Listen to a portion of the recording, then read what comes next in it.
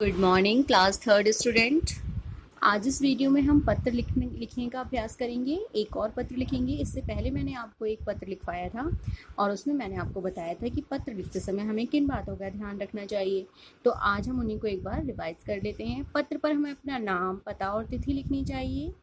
उचित संबोधन अथवा अभिवादन होना चाहिए और पत्र की भाषा सरल होनी चाहिए और लिखाई भी आपकी सुंदर होनी चाहिए। तो अब आपको बता देते हैं कि पत्र दो प्रकार के होते हैं।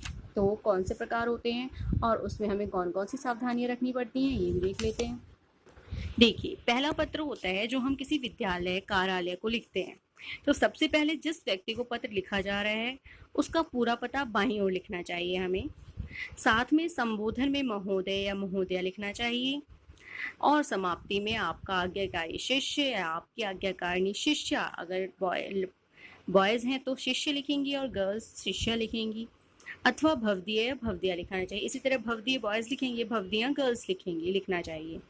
पत्र के अंत में बाईं ओर तिथि लिखनी चाहिए और ये सब हमें कब करना चाहिए? जब हम विद्यालय या कार्यालय में पत्र लिख रहे हैं। चलिए, अब जब हम किसी सगे संबंधियों या मित्रों को पत्र लिखें तो क्या दिखना चाहिए हमें, देखते हैं जी।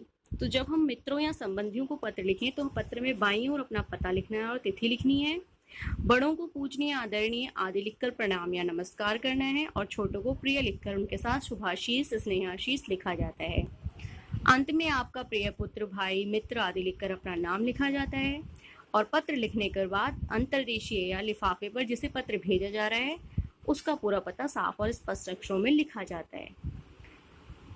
तो ये कुछ सावधानियां थी जो हमें रखनी है जब हम मित्रों और संबंधियों को पत्र लिखें। और इससे पहले मैंने आपको बताया जब हम किसी कार्यालय या विद्यालय में पत्र लिखें।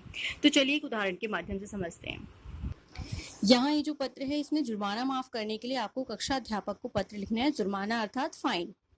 तो आप कैसे शुरुआत करेंगे? सेवा में, कक्षा अध्यापक, तीसरी ए, नवजीवन सीनियर सेकेंडरी स्कूल, DLF अंकुर विहार। विषय क्या है? जुर्माना माफ करने के लिए पत्र।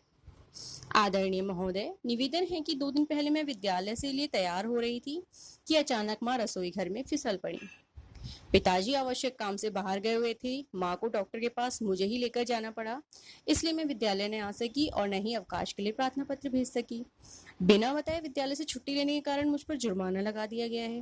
कृपया जुर्माना माफ करने की कृपा करें। आपकी आज्ञाकारिणी छात्रा या आपका आज्ञाकारिणी छात्र, जो भी आपका नाम है, कक्षा, क्रमांक और तिथि। और यहाँ पर आपने माता पिता के हस्ताक्षर करवाएंगे आप। तो ये था एक उदाहरण।